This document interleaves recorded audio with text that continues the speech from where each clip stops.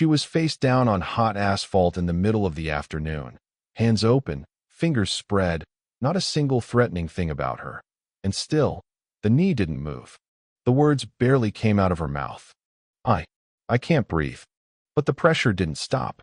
The officer's knee pressed harder into her back, grinding her into the pavement like she was something to be controlled. Not protected, not heard, controlled. The summer heat was radiating off the asphalt into her cheek. Every breath cost her something. Around them, the world went still. People froze mid-step. Phones lifted. A woman's voice cracked through the noise. Get off her. He didn't move, didn't look up, didn't shift his weight, because in his mind, none of what was happening around him changed anything. He had already decided. He had already written this woman's story before she opened her mouth. She wasn't someone worth listening to. She was a problem. Another situation to be filed. Another assumption wearing a face. And in that moment, with his knee on her back and her fingers spread open against that hot asphalt and 30 strangers recording every second of it, Officer Craig Harmon made a decision that would destroy everything he had spent 12 years building. Because the woman beneath him was not just another civilian.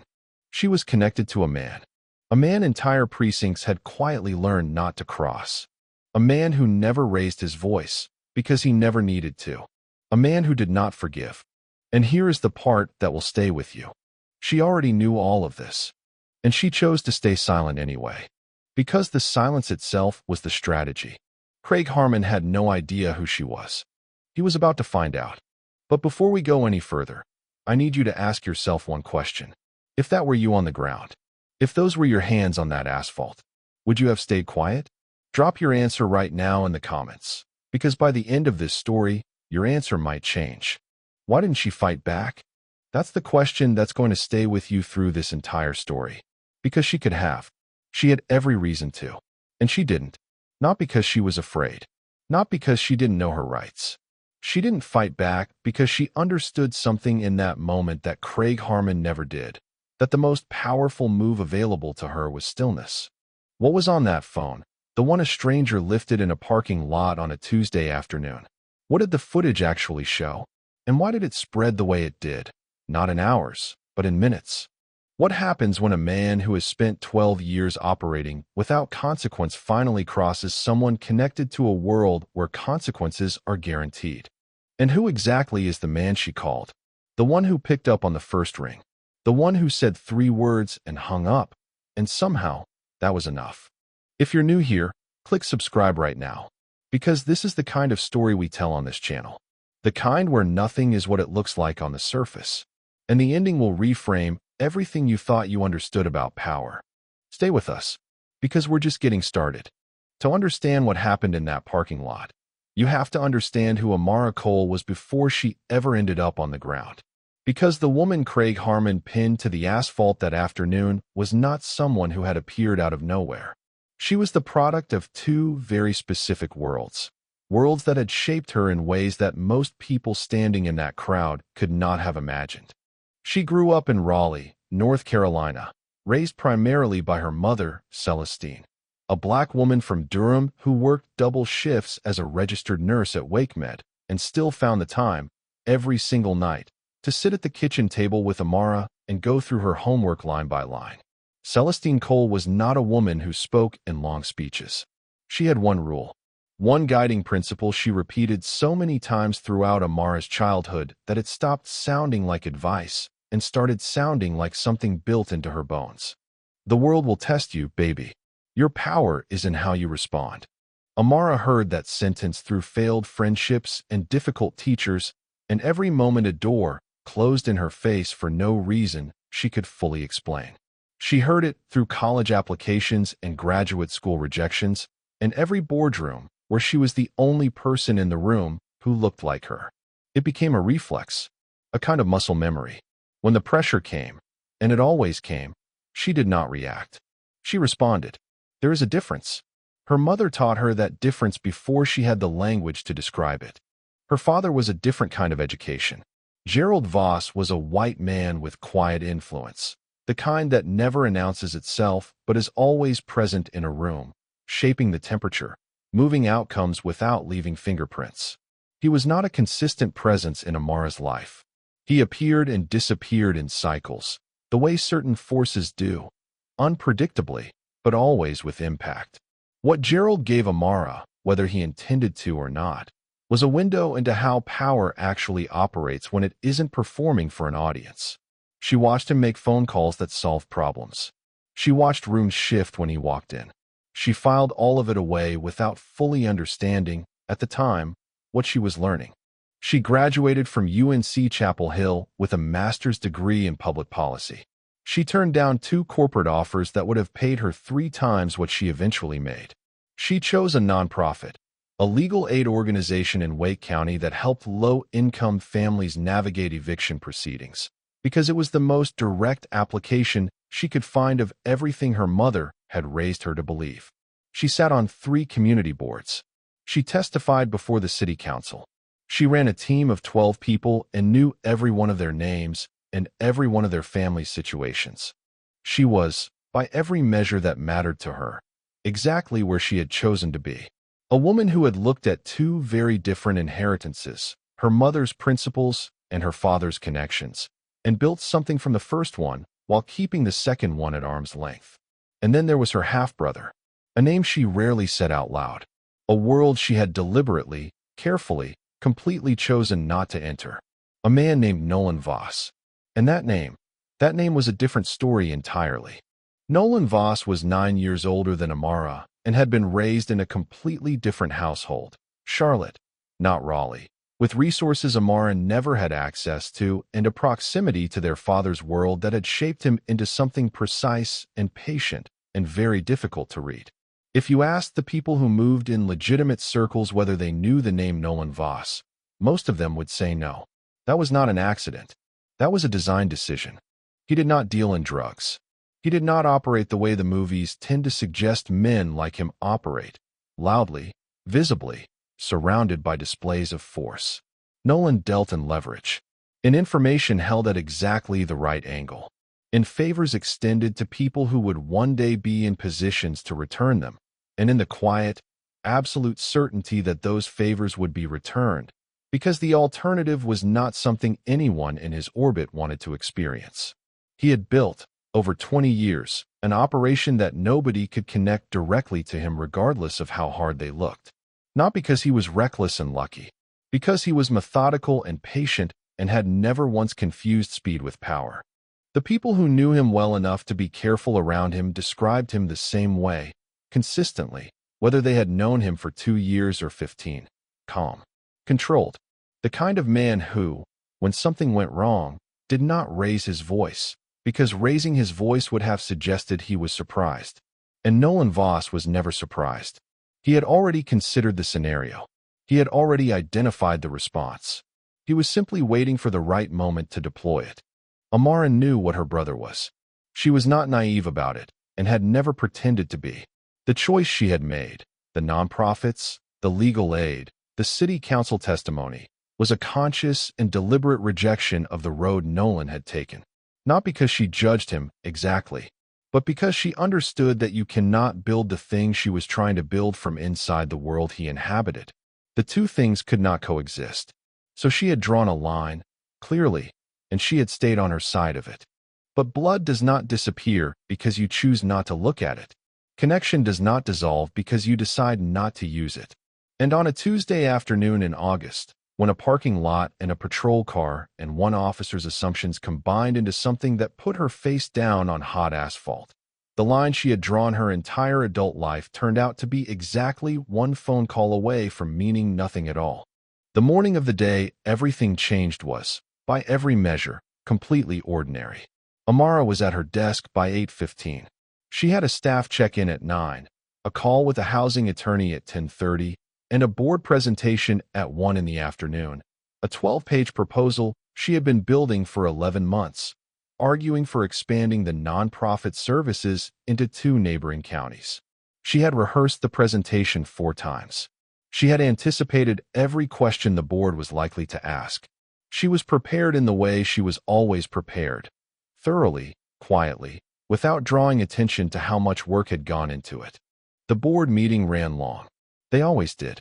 By the time the final questions were answered and the room cleared, and she gathered her materials and walked back down to the parking lot on Hillsborough Street, it was 3:15 in the afternoon. The air hit her like a wall. Heavy, humid, the kind of August heat that makes Raleigh feel like it's leaning on you. She had her bag over one shoulder, her keys in her hand, her phone pressed to her ear, leaving a voicemail for a staff member about a court date that had been rescheduled. She was standing beside her white Honda CR-V. She had parked in the same lot that morning. She had walked to and from that lot dozens of times over the past 2 years. There was nothing unusual about her being there. There was nothing unusual about anything. She didn't notice the patrol car until it had already pulled in behind her. By the time she registered it, Officer Craig Harmon was already out of the vehicle, already moving toward her, already running an assessment she had not been asked to participate in and had not been given the opportunity to correct. "Excuse me." His voice was flat and certain, the voice of a man who had already decided the outcome of the conversation before it began. She turned around. She lowered her phone. And in the 2 seconds it took her to read his expression, she felt something she had felt before, not panic, but recognition. The recognition of a situation whose shape she already knew. Her mother's voice, somewhere underneath everything else. Your power is in how you respond. She had 4 minutes before that principle would be tested in a way she had never experienced before. "Can I ask what you're doing in this lot?" She told him. "Came from a meeting. Has office space in the building." Simple, direct, nothing to hide. He asked for ID. She reached into her bag slowly, deliberately slowly, and handed him her driver's license. He looked at it. He looked at her. He handed it back without running it. What happened in the next 4 minutes remains, officially, disputed. But 3 phones captured it from 3 different angles. And what those phones show does not leave much room for interpretation. At some point during those 4 minutes, Amara Cole asked a question. The question was, why? Not aggressively, not with raised hands or a raised voice. Just why? One word. And that word, apparently, was enough. The footage shows her turned toward the car, not away from Harmon, a position that, in any honest assessment, suggests compliance, not resistance. It shows his hand on her arm before there was any visible justification for contact. It shows her saying something. The audio is partially obscured, but 3 witnesses would later report she said, "I'm not resisting." And it shows the sequence that followed happening fast. Within 30 seconds, she was face down. Within 60, her wrists were bound. Within 90, the crowd had begun to form. And through all of it, through the asphalt and the heat and the weight and the voices and the phones, Amara Cole did not scream, did not fight, did not plead. She said clearly, twice, that she could not breathe. And then she went quiet. Not the quiet of defeat. Something else. If you watch the clearest version of the footage, the one filmed from the bench across the street by a 22-year-old who had been eating lunch and would spend 2 hours debating whether to post it, you can see the exact moment it happens. Somewhere around the 30-second mark, her expression shifts. The shock moves through her face, and something else replaces it. Something closed. Deliberate. Like a door being shut from the inside. She had made a decision. And the decision was, not here. Not like this. Not to him. Think about what that takes. Face down on concrete, in a public parking lot, in the middle of the afternoon, with a stranger's full weight across your back. Most people, and there is no judgment in this, just honesty, most people would have fought, would have screamed, would have tried to argue or shame or beg their way out of it. What does it take to choose stillness in that moment? What has to have been built inside a person, over how many years, for that to be the instinct that surfaces when everything else is being crushed out of them? Comment below, honestly, what you would have done. Because by the time this story ends, that question is going to mean something different than it does right now. Craig Harmon finished the restraint. He called it in. He walked her to the patrol car. And he still had no idea that 30 people had filmed every second of it, that 2 of those recordings were already uploaded, and that the name he was about to type into a booking system was going to change the entire shape of his evening. At the District 2 station, the evening shift was running at its usual pace. Officers moving in and out. Radios crackling. the low-level ambient noise of a precinct doing what precincts do. Harmon walked Amara in, one hand on her arm, and sat her in the plastic chair nearest the booking desk. She did not ask for a lawyer. She did not ask for anything. She sat with her cuffed hands in her lap and looked at a point somewhere slightly above and ahead of everything happening around her. 3 different officers glanced at her and looked away again, unsettled by something they could not immediately name. The composure, maybe. The absence of what they were used to seeing. Harmon settled at a terminal and started typing his report. Suspect became agitated and non-compliant during routine inquiry. Officer utilized necessary restraint techniques. 2 sentences. Clean. The kind of language he had used before. The kind that had always been enough. At the booking desk, the officer on duty, younger, mid-20s, the kind of careful that comes from still being close enough to training to take it seriously, typed in her full name. Amara Cole. Hit enter. Watched the screen load. And paused. Not a long pause. 2 seconds. Maybe 3. But anyone watching would have caught it. He leaned slightly forward. His expression did not change, exactly, but something behind it did. He typed something else. Another pause. Then, without looking up from the monitor, he asked her to spell her last name. She did. He typed again. And the room, which had not been loud to begin with, went quieter. The particular kind of quiet that has weight to it. The kind that means something has been found that was not supposed to be there. A flag had appeared in the system. Then a second. Then a third. These were not warrants. Not criminal flags. They were the kind of notations that exist in law enforcement databases for one specific reason. To indicate that a name is associated with matters of interest to agencies operating above the precinct level. The kind of flags that, when a desk officer sees them, means the next move is not his to make. He pushed back from his chair, walked across the room to where the shift sergeant was standing with a cup of coffee, said something low enough that no one else in the room could hear it. The sergeant set down his cup. He walked to the terminal. He looked at the screen, then at Amara. Then, slowly, with the deliberate pace of a man recalculating something important, at Craig Harmon. Still at his desk. Still typing. Still completely unaware that the floor had just dropped out from under 12 years of certainty. The sergeant's voice, when he finally spoke, was flat in the way that takes practice. Did you run her before you approached? Harmon looked up. She matched a, did you run her? Silence. Too long. That silence answered the question before the words did. Amara was uncuffed. She was moved from the booking area to a conference room, the kind used for witnesses, not suspects. Someone brought her water. She drank it. She still had not asked for anything. A supervisor knocked on the door 20 minutes later and asked, with a careful professionalism that was doing a great deal of work to cover something else entirely, whether she would like to make a phone call. She said yes. She was handed a phone. She dialed a number she had memorized years ago and never expected to use. It rang once. It's me, she said. I'm at District 2, on New Bern Avenue. A pause. Not surprise. Nolan Voss did not do surprise. Just the sound of a man organizing information. Are you hurt? No. Another pause, shorter. Then, I'll handle it. The line went dead. She handed the phone back to the supervisor, folded her hands in her lap, said nothing else. She didn't need to, because she already knew what those 3 words set in motion, and she had known it from the moment she decided to dial. Within 40 minutes, 3 things happened in quiet, rapid succession. A call came in to the watch commander's office. Then a second call, from a contact whose name would appear in the subsequent internal review only as a redacted line. Then Craig Harmon was asked to step into the watch commander's office and close the door. He went in looking like a man who had filed a routine report. He came out looking like something essential had been removed from him, quietly, precisely, without drama.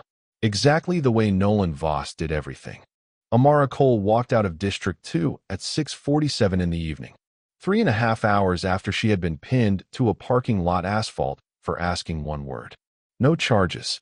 No formal explanation. A supervisor used the specific, bloodless language of institutional liability to say that the department regretted the circumstances of the situation, language designed to acknowledge without admitting to apologize without accepting. Amara nodded. She asked for her belongings. They came back in a clear plastic bag. Her blazer, gray, torn at the left shoulder, was folded on top. She walked out the front door, and she stopped on the sidewalk. Just for a moment. The evening air was still warm, the sky going orange above the buildings. She called a friend to come pick her up because her car was still in the lot on Hillsborough Street. And then she sat down on the low concrete wall that lined the front of the station, and she let herself feel it, just for a few minutes, alone, before anyone arrived. The shaking had started somewhere on the walk from the conference room to the front door, the kind of physical response that her body had held back through sheer will for 3.5 hours and was now no longer willing to delay. She let it happen. She sat with her plastic bag in her lap and her torn blazer inside it, and she felt the fear that had not been allowed in the room. The fury that she had folded down so completely, it had become something harder and quieter and more durable than fury usually is. And underneath both of those things, the grief. The grief of knowing that the only reason she was sitting on this wall instead of spending the night in a cell was a phone call, a name in a database, a connection she had never chosen and had spent her entire adult life standing apart from. She thought about her mother's rule, about how right it was and how insufficient it was, and how those two things could both be true at the same time. She thought about every woman who had said the same 3 words she said and had not had what she had. Not the composure. Plenty of people have composure. The name, the flags, the supervisor with the careful language and the sudden urgency. Now I need you to sit with that for a second. Not the injustice of the arrest. That part is straightforward. The more complicated thing. She got this outcome not because the system worked, but because she had access to something most people don't. How does that feel? What do you call an outcome that is right for the wrong reasons? Drop that in the comments. Because there is no clean answer, and anyone who tells you there is hasn't thought about it hard enough. The internal investigation was opened 48 hours after the arrest. This is faster than average. Most internal reviews in departments of comparable size take weeks to begin, sometimes months. The speed was not driven primarily by public pressure, though within 72 hours there was plenty of it. The footage had crossed 1 million views. A petition demanding Harmon's termination had 80,000 signatures. A community coalition had organized a march that drew 400 people to Hillsborough Street. The pressure was real, but the investigation had already started before the march happened, because the people inside that precinct already knew what the footage showed, and they already knew what the flags in the database meant, and they understood that the faster they moved, the more control they retained over what happened next. What the investigation found, when it concluded 6 weeks later, was not one bad incident. It was a pattern. Harmon's record, examined with the kind of scrutiny it had never previously received, showed a consistent and well-documented history. Stops disproportionately concentrated in 2 zip codes, both majority black neighborhoods on the city's southeast side, without subsequent documentation of reasonable suspicion in a significant portion of cases. A use of force rate 40% higher than the department average for officers of comparable seniority and assignment. 3 prior complaints, all from black residents, all previously determined to be unfounded in internal review. The pattern had been there for years. It had been visible if anyone had looked. It had simply never been examined, because no single prior incident had generated enough sustained pressure to force the examination. The 3 prior complaints had each been absorbed and filed and forgotten in the way that institutions absorb and file and forget things that are inconvenient but not yet urgent. Until a Tuesday afternoon and a stranger's phone and a name in a database made it urgent. This is the part of the story that matters beyond Craig Harmon. Because Craig Harmon is one man, and one man's resignation, which came 7 weeks after the arrest, on a Thursday morning, with a union statement that denied wrongdoing and said he was pursuing other opportunities, does not address the system that reviewed 3 prior complaints and found them all unfounded. It does not address the supervisors who signed off on those reviews. It does not address the institutional logic that allowed a pattern to accumulate for years and only become visible when the circumstances made looking away impossible. The floor gave way. But the floor had been weakened long before Amara Cole walked into that parking lot. And the question worth sitting with is, how many people fell through it before the weight finally became too much? Here is the part of the story that most of the coverage missed. The part that the department's internal review carefully, deliberately avoided addressing. In the days and weeks following Amara's release, as the footage spread and the petition grew and the investigation opened and Harmon's pattern came to light, Nolan Voss did not appear anywhere publicly. No statement, no interview, no presence. He had made one phone call from a number that was subsequently untraceable, and then he had stepped back entirely, as if he had never been involved, as if the whole thing had resolved itself. But the calls had been made. The flags had served their purpose at exactly the right moment. The watch commander had received information that changed the temperature of an entire evening.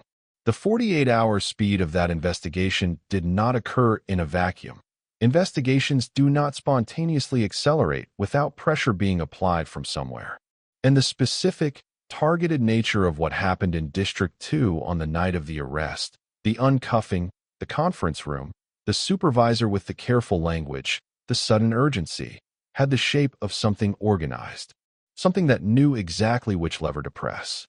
Amara never confirmed it publicly, never denied it. In the one long-form interview she gave, 2 months after the arrest, to a journalist covering policing and reform, she was asked directly, "Are you protected in ways that other people in your situation aren't?" She sat with the question. Then she said, "Yes, and that should bother all of us." She did not elaborate. The journalist noted that she did not need to. That answer is the most honest thing in this entire story.